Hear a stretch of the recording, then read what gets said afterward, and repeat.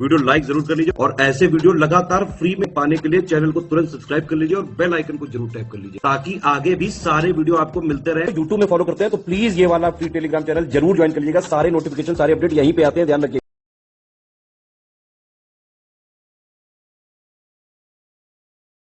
Hello everyone, welcome you all to study for civil services. और आज अपनी date 11 तारीख हो चुकी है। 11 मार्च के इम्पोर्टेंट कौन से ऐसे करंट अफेयर्स रहेंगे जो हमसे पूछे जा सकते हैं, जो एग्जाम के लिए जरूरी हो सकते हैं, उनको हम पहले देख लेते हैं। और अगर आपको इसकी पीडीएफ चाहिए तो आप पीडीएफ भी ले सकते हो।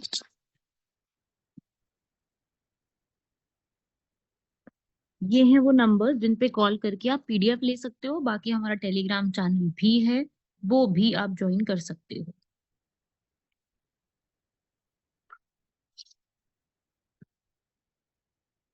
बाकी आज के करंट अफेयर्स की शुरुआत में ये है हमारे पास आज के इम्पोर्टेंट करंट अफेयर्स, तो इन्हीं को हम एक एक करके स्टार्ट करने वाले हैं। इन्हीं में से क्या क्या पूछा जा सकता है देखते हैं भाई। सबसे पहला, अर्बन वुमेन की एम्पावरमेंट के लिए, बिकॉज अभी हमारा वुमेन डे भी था। फिर जेंडर राइट्स के ऊपर पढ़ेंगे। गूगल की ऐप ने जो बहुत सारे, जो प्ले स्टोर से रिमूव कर दिए थे काफी सारे चीजों को, हमारी एप्स को, उसके बारे में पढ़ेंगे। उसके बाद रूरल इंडिया के बारे में और क्लाइमेट का। ठीक है, ये वाले आर्टिकल से आज के। सबसे पहला है विमेन एम्पावरमेंट पे। देखो भाई, सबसे पहली चीज, अभी 8 मार्च को इंटरनेशनल विमेन डे था। तो हम लोग यही चाहते हैं कि जेंडर गैप को रिड्यूस करके विमेन एम्पावरमेंट को इंक्रीज करो, क्योंकि ये हमारा एक सस्टेनेबल डेवलपमेंट गोल का भी हिस्सा है। वन ऑफ द पार्ट है सस्टेनेबल डेवलपमेंट गोल का। ठीक है। और एमजी नरेगा स्कीम भी आई थी, जिसने विमेन को रूरल एरियाज में काफी ज्यादा हेल्प करने की भी कोशिश करी थी कि भाई ये वाले, अगर हम स्कीम को लेके आएंगे तो काफी हेल्प मिलेगी हमारे लोगों को, है। तो ये स्टार्ट तो हुआ ही था पहले भी। लेकिन अगर हम रियल चीजों की बात करें तो रियलिटी कुछ इन चीजों से अलग देखने को मिलती है। तो देखो यार, अगर हम रियलिटी चीजों की बात करें कि रियल में क्या ऐसा है, तो देखो ऐसा नहीं है। वर्क फोर्स पे जाने के लिए जो एमजी नरेगा की फीमेल है, उनको सोसाइटी, पहली बात तो वहां पे सेफ्टी का ना होना, ट्रांसपोर्टेशन का ना होना, वो सब बहुत ज्यादा अलग है। साथ ही साथ ये भी देखा गया है कि विमेन एम्प्लॉयमेंट जो देखी गई है वो 22.9% देखी है। इसका मतलब ये कि अर्बन वुमेन वहां पे काम करने ढंग से नहीं पहुंच पा रही है। तो अब ये बोला गया है कि women urban employment guarantee act, महिला शहरी रोजगार गारंटी अधिनियम को पास करवाया जाए, जिसमें ये देखा जाए कि महिलाओं को काम जो है वो किस हिस्से में मिल रहा है। कई स्टेट्स ने तो इसको लॉन्च कर दिया है ताकि अनएम्प्लॉयमेंट की सिचुएशन को ठीक किया जा सके। और वही चीज है कि इसको प्रॉपरली इम्प्लीमेंट करने की जरूरत है। और ये देखा जाए कि भाई जो भी, जिस भी जगह पे आप उनको काम दे रहे हो, वो उनके 5 किलोमीटर के दायरे में होना चाहिए, और वहां पर public transport feed free of cost हमारी फीमेल्स को मिलना चाहिए। एक ये है काफी बड़ा पॉइंट कि यहाँ पर। ठीक है भाई, तो ये चीज इसको आप पढ़ सकते हो। तो स्किल डेवलपमेंट की बात यही हो रही है कि ऐसे जो है वो चीजें जो है वो चेंजेस किए जा सकते हैं। वुमेन जो कॉलेज स्टूडेंट्स हैं, उनको यहाँ पर अप्रेंटिसशिप होती है ना, किसी एक चीज, किसी एक स्किल में यहाँ पर उनको मजबूत कर देना। ठीक है, तो वो यहाँ पर करवा सकते हैं फीमेल्स का। फीमेल जो कि यहाँ पर क्लास 10th कंप्लीट कर चुकी है, उनको आईटी सेंटर्स पे काम देना, वो होते हैं ना कंप्यूटर ट्रेनिंग वगैरह, वो कराना, ऑडिटिंग का काम करवाना, ये सब कर सकते हैं। ऐसा, ऐसी बात नहीं है कि किया नहीं है, ऐसा सिर्फ मैं बोल रही हूँ, ऐसा नहीं होता है। ऐसा बहुत बार हुआ भी है ना। ये कब कब हुआ है देखोगे आप, इधर पढ़ोगे। ये जो है कर्नाटका में, कर्नाटका जो है हमारा साउथ इंडिया का एक स्टेट है, वहां पर विमेन ने वेस्ट मैनेजमेंट के ऊपर ग्राम पंचायत में खूब काम किया है। तो वहां पर वो इस चीज के ऊपर वर्क करती है। ठीक है, और साथ ही साथ गोवा में भी विमेन वेस्ट मैनेजमेंट को उन्होंने एक लैंडफिल को तैयार किया। गवर्नमेंट ने यहाँ पर खूब इस तरीके से इनिशिएटिव्स लिए हैं ताकि विमेन को भी एम्पावरमेंट मिले। ओडिशा और केरला जैसी स्टेट्स में काफी सेल्फ हेल्प ग्रुप्स ने इकट्ठा करा है। और अगर मैं आपको बताऊं, मणिपुर में एक मार्केट है, पूरी एक मार्केट जो सिर्फ विमेन चलाती है, उसमें एक भी मेल नहीं मिलेगा। उसे हम कहते हैं मदर्स मार्केट ऑफ इंडिया। क्योंकि उस मार्केट में आपको कोई भी मेल नहीं मिलेगा, हर काम जो है वहाँ की वो फीमेल करती है। तो इस तरीके से ये ऑल फीमेल जैसी चीजें यहाँ पर हैं। तो वुमेन का रूरल एरियाज में जो है वो एक काम बढ़ाने के लिए और वर्कफोर्स देने के लिए किया गया। और 150 दिन भी अगर मिलते हैं यहाँ पर 500 रुपए उनको डेली वेज के रूप में, तो ये सारी जो चीजें होंगी वो जीडीपी का 1.5% के रूप में चला जाएगा। तो इसको बहुत ही फेज मैनर में यहाँ पे लॉन्च करने की जरूरत है, ताकि विमेन को यहाँ पर एक इनकम की एश्योरेंस मिल सके। और बहुत जरूरी है ये चीज कि उनके लिए ये आसान हो सके। ठीक है भाई, तो ये आप लोग यहाँ पे पढ़ सकते हो, रीड कर सकते हो, इसको आप लिख सकते हो अपने नोट्स में। ठीक है। बाकी जो मेन तो बात ये होती है, देखो प्रीलिम्स में क्या काम आता है, प्रीलिम्स में आपका डेटा काम आता है। जो जो डेटा आपका होता है ना इम्पोर्टेंट वाला, वो सारा काम आता है, तो वो तो आपको लिखना ही पड़ेगा अच्छे से। ठीक है। अब आता है जेंडर राइट्स के ऊपर, कि वर्ल्ड बैंक ने रिपोर्ट निकाल के ये बोला है कि विमेन के लीगल राइट्स जो है मेन से बहुत कम है। ठीक है। 2/3 या 64% राइट जो है वो मेन के पास है।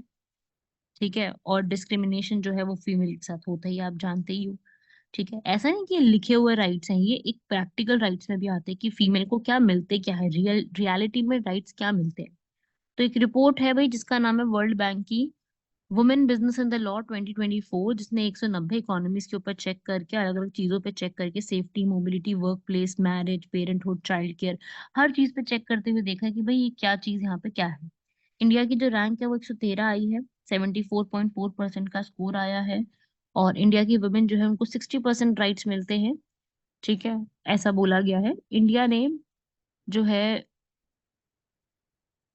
साउथ एशिया में काफी अच्छा परफॉर्म किया। और इंडिया के लिए जो जो वर्ल्ड बैंक है उन्होंने एक रिकमेंडेशन दी है कि भाई पे को एनहांस करो। जैसे हमारा equal pay for equal work है ना, आर्टिकल 39 में, 39A के अंदर जो पॉइंट्स हैं, पढ़े तो है ना आपने डीपीएसपी, तो वहां पे लिखा ही हुआ है कि भाई वुमेन को जो है, वुमेन और मेन का जो पे है वो इक्वल होना चाहिए, चाहे वो किसी भी तरीके की जॉब है, लेकिन अगर हाँ इक्वल काम है तो इक्वल पैसा होना चाहिए। तो ये चीज को और ज्यादा इम्प्रूव किया जाए, इंडिया के लिए ये रिकमेंडेशन आई है पहली। दूसरी ये आई है कि भाई जो भी चाइल्ड केयर सर्विसेज होती है उसके लिए इजीली एक चाइल्ड केयर डेटाबेस बनाना चाहिए, ताकि ग्लोबल गैप, जेंडर गैप को रिड्यूस किया जा सके। तो ग्लोबली जेंडर गैप कई जगह पे बहुत ज्यादा है और कई जगह पे बहुत कम है। ठीक है। जितनी भी अरब कंट्रीज है, मैं सच बताऊं तो अरब कंट्रीज में बहुत ज्यादा जेंडर गैप होता है, हद से ज्यादा होता है। मेल्स को सारे राइट है, फीमेल को घर से बाहर निकलने का भी नहीं है। हमेशा कवर करके निकलो खुद को, कहीं पर भी उनके नाम के पैम्फलेट्स नहीं होंगे, कोई उनके जो फोटोज होती है ना उनकी, वो कहीं पर भी नहीं छापी जाएंगी। तो बहुत सारी चीजें हैं।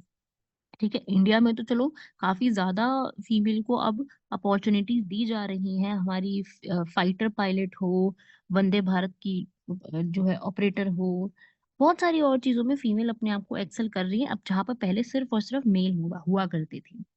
ठीक है। तो बस वही है कि अगर हम इस तरीके की चीजें चाहते हैं तो उनको अपॉर्चुनिटीज दें, हेल्थ केयर सर्विसेज दें उनको, वायलेंस ना हो उनके साथ, जहाँ पर भी उनको वॉशरूम्स की जरूरत है वो हो, मतलब जो भी एक्सेसिबिलिटी की चीजें होती है ना वो सब उनको वहां मिलनी चाहिए। तभी तो एक अच्छा एनवायरनमेंट बन जाएगा वर्क प्लेस के लिए। तो वर्क प्लेस के लिए एनवायरनमेंट होना भी बहुत जरूरी है। इंडिया ने वुमेन को बेटर करने के लिए, उनकी सिचुएशन को ठीक करने के लिए नेशनल कमीशन फॉर वुमेन भी 1992 में बनाई थी। वुमेन के एम्पावरमेंट स्कीम्स भी चला रखे बहुत सारी है, Beti Bachao Beti Padhao, Sukanya Samriddhi, one stop centre, Ujjwala योजना, वर्किंग वुमेन हॉस्टल, मतलब फीमेल के ऊपर तो बहुत सारी स्कीम्स है, आपको पता ही है ना। मेट्रो में एक पूरा कोच रिजर्व कर दिया। बहुत सारी जगह पे फॉर्म्स फिल करने के लिए फीमेल में कोई अमाउंट नहीं होता, फ्री में होते हैं। बहुत सारी जगह पर आपको पता है कि सीट्स रिजर्व होती हैं, तो रिजर्वेशन भी है। एमजी नरेगा में भी 1/3 रिजर्वेशन है ना। अब तो महिला वंदना बिल आया था जिसके तहत हमारा कॉन्स्टिट्यूशन में, हमारी असेंबली में भी, और हमारी विधानसभा और हमारी लोकसभा दोनों में यहाँ पे कर दिया गया। तो ये सारी चीजें हैं, वुमेन सेफ्टी के ऊपर भी किया गया है बहुत सारी चीजें, वुमेन सेफ्टी पे, डोमेस्टिक वायलेंस के ऊपर चल रहा है, उनकी अबॉर्शन, प्रेगनेंसी के ऊपर है। तो काफी सारी चीजें हैं कि इंडिया में हम लोगों को करें, लेकिन वही है कि इंडिया अभी पुलिस फोर्सेस में आती है ना जो वुमेन, उसमें बहुत कम है अभी। अगर हम पुलिस और जुडिशरी की बात करें, ये दो ऐसे सेक्टर है जहाँ पे वुमेन की पार्टिसिपेशन अभी तक भी नहीं बढ़ी है। आप खुद सोचो, इतने सारे जजेस में से कितनी फीमेल्स रही हैं आज तक जजेस में? इतनी नहीं है जितने आप नाम भी बता सकते हो, मतलब तो फिर इतने कम फीमेल्स का रिप्रेजेंटेशन रहा, आज तक कोई भी सीजेआई फीमेल नहीं रही है। 50 सीजेआई रह चुके हैं हमारे। तो उस हिसाब से वही चीज है कि अभी फीमेल्स का रिप्रेजेंटेशन जुडिशरी, न्यायालय और पुलिस में काफी कम देखने को मिलता है।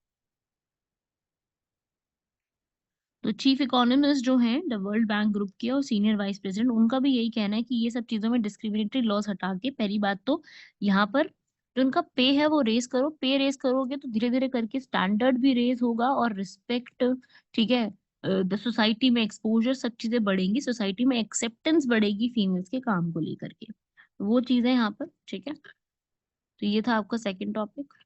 फिर आता है थर्ड हमारा गूगल ऐप की कंट्रोवर्सी, क्योंकि बहुत सारी एप्स जो हैं, इंडियन एप्स, एंड्रॉइड से उन्होंने यहाँ पे अभी हटा दी है। तो इसके ऊपर काफी बड़ा केस हो गया था मद्रास हाई कोर्ट और सुप्रीम कोर्ट की प्रोसीडिंग्स के ऊपर।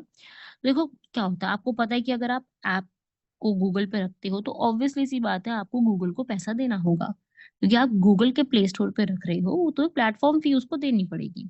ठीक है, तो आप डिजिटल सर्विस दे रहे हो, आप ओटीटी दे रहे हो, ई बुक दे रहे हो, कुछ भी हो, तो वो फी 11% से 30% पर ट्रांजैक्शन के ऊपर होती है। ठीक है, तो गूगल कहता है कि भाई ये वाला जितना भी पैसा होता है वो हम गूगल प्ले को पूरा चलाने में लगाते हैं, क्योंकि हमारा गूगल प्ले इसी तरीके से चलता है। तो ठीक बात है ये तो यहाँ पर इंडियन डेवलपर्स जो है, उन्होंने यहाँ पर जो है ये बोला है कि भाई ये जो पैसा 11 से 30% ये काफी ज्यादा है।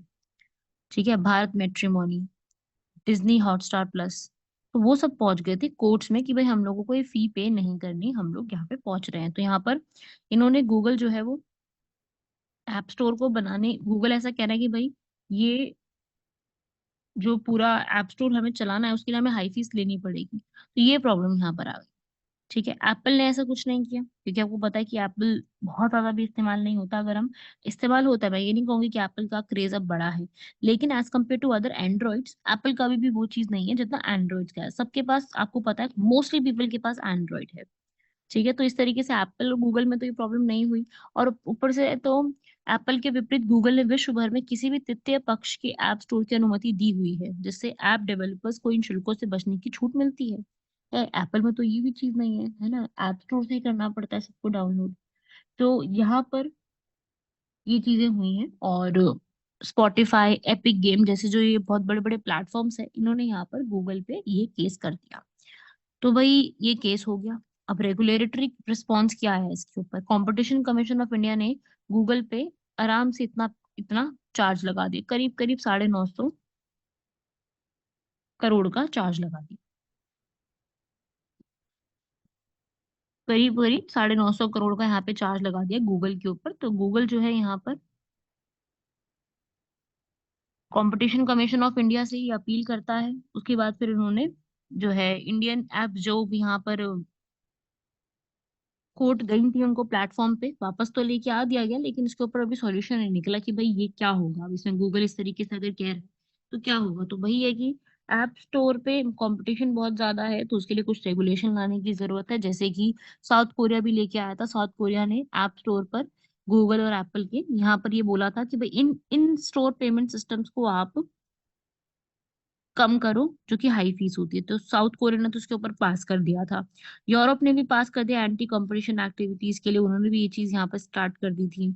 यूएस भी बिल लेकर के आया ताकि कंपटीशन को प्रमोट करके यहाँ पर क्वालिटी इंप्रूव करके कॉस्ट को कम किया जाए, क्योंकि कंपटीशन ज्यादा होगा तो ऑब्वियसली कॉस्ट यहाँ पे कम हो जाएगी। कंपटीशन कमीशन ऑफ इंडिया ने जैसे यहाँ पर गूगल पे फाइन लगा दिया, डेवलपर्स को ये बोला है कि भाई आप इन इन पेमेंट्स को रोको। तो ओपन नेटवर्क लाने के लिए ये सब स्टेप्स लिए गए। तो अभी ये कंट्रोवर्सी चल रही थी, बहुत सारी ऐप्स को हटा दिया गया था, काफी ज्यादा वायरल हुई थी ये न्यूज। तो अभी सिचुएशन वापस तो हो गई है, पर अभी भी इसको मैटर को सॉल्व नहीं किया गया है। तो अभी जो भी इसमें रिजल्ट आएगा, I will let you know कि ये रिजल्ट क्या है और इसमें क्या चेंजेस हो सकते हैं और इसका वे फॉरवर्ड क्या हो सकता है। ठीक है, तो अभी फिलहाल के लिए तो यही चीजें हैं। ठीक है, तो अभी तो ये चल रहा है।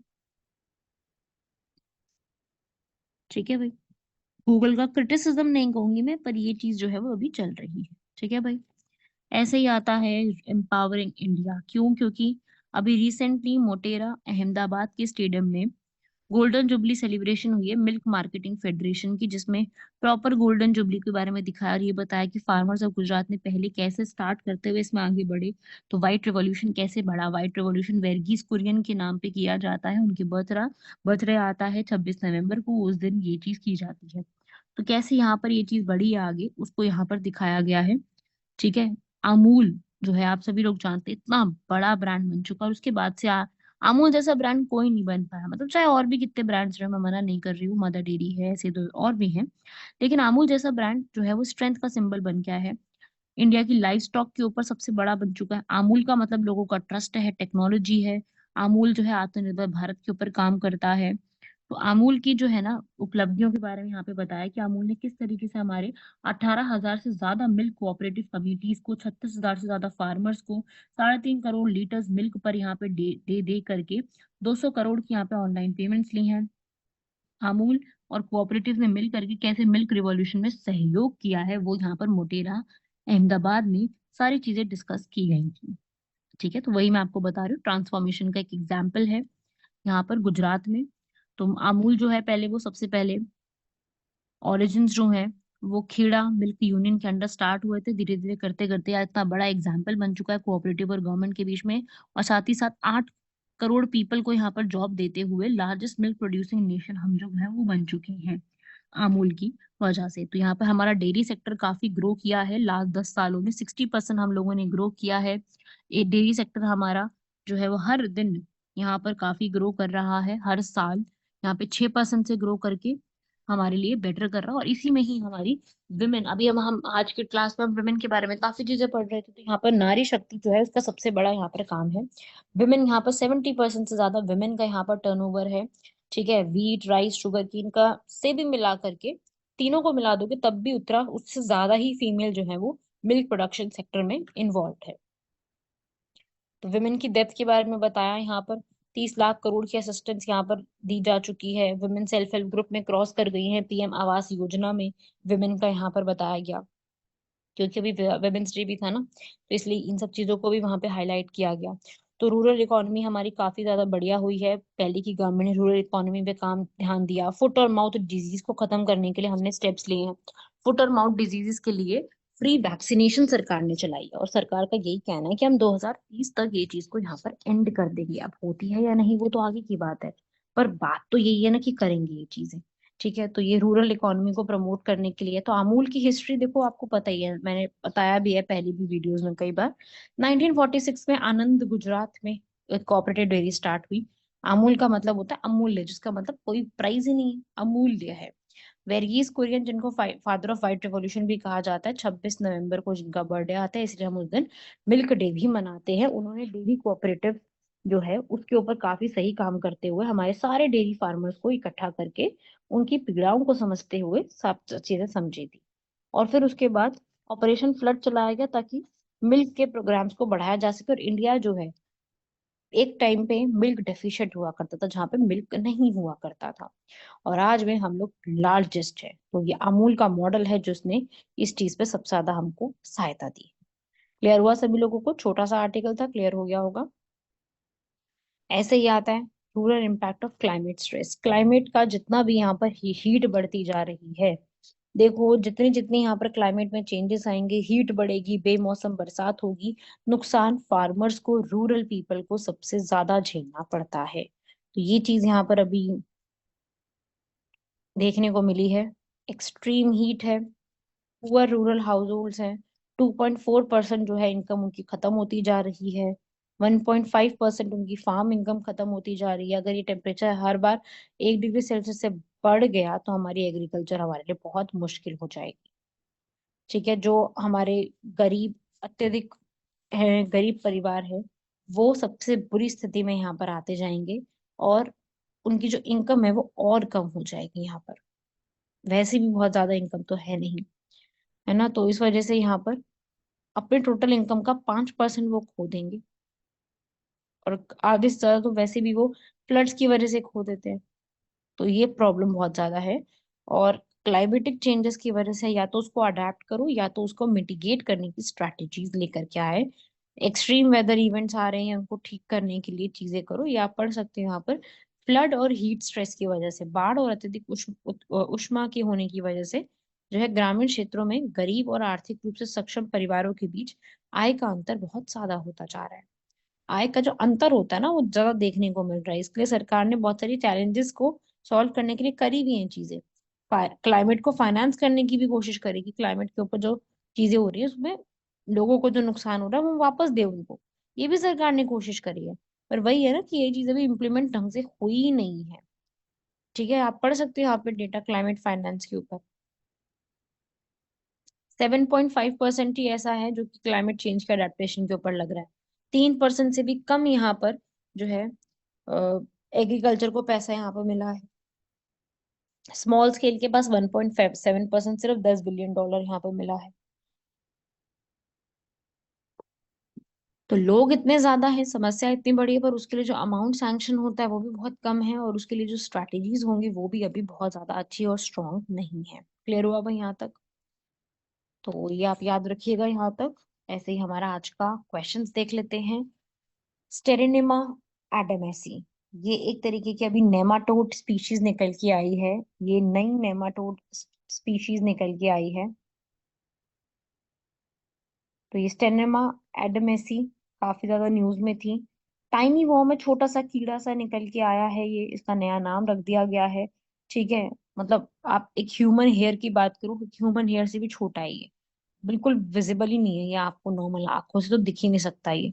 लेकिन यही है कि भाई ये इंसेक्ट्स को खा जाता है। ये कहाँ कहाँ पे निकल के आता है, ये एक नई स्पीशीज आई है। ठीक है, और ये आपको वार्म ह्यूमिड क्लाइमेट में सबसे ज्यादा देखने को मिलेगा। तो ये न्यू स्पीशीज है नेमाटोड की, जो कि इंसेक्ट्स को, पेस्ट को खा जाता है वार्मर ह्यूमिड रीजन्स में, तो हमको फायदा हो जाता है, इंसेक्टिसाइड्स छिड़कने नहीं पड़ते। तो ये एक सेरेनामा फैमिली से है, जो कि एग्रीकल्चर में काफी अच्छा हमें हेल्प करते हैं, ताकि हमें पेस्टिसाइड्स और इंसेक्टिसाइड्स का यूज ना करना पड़े। जिसने इनकी डिस्कवरी की थी उन्हीं के नाम पे रख दिया गया, एडम्स है ना, इसलिए एडम ऐसे ही रख दिया नाम। और ये आपको नॉर्मल आइज से दिखेगा भी नहीं।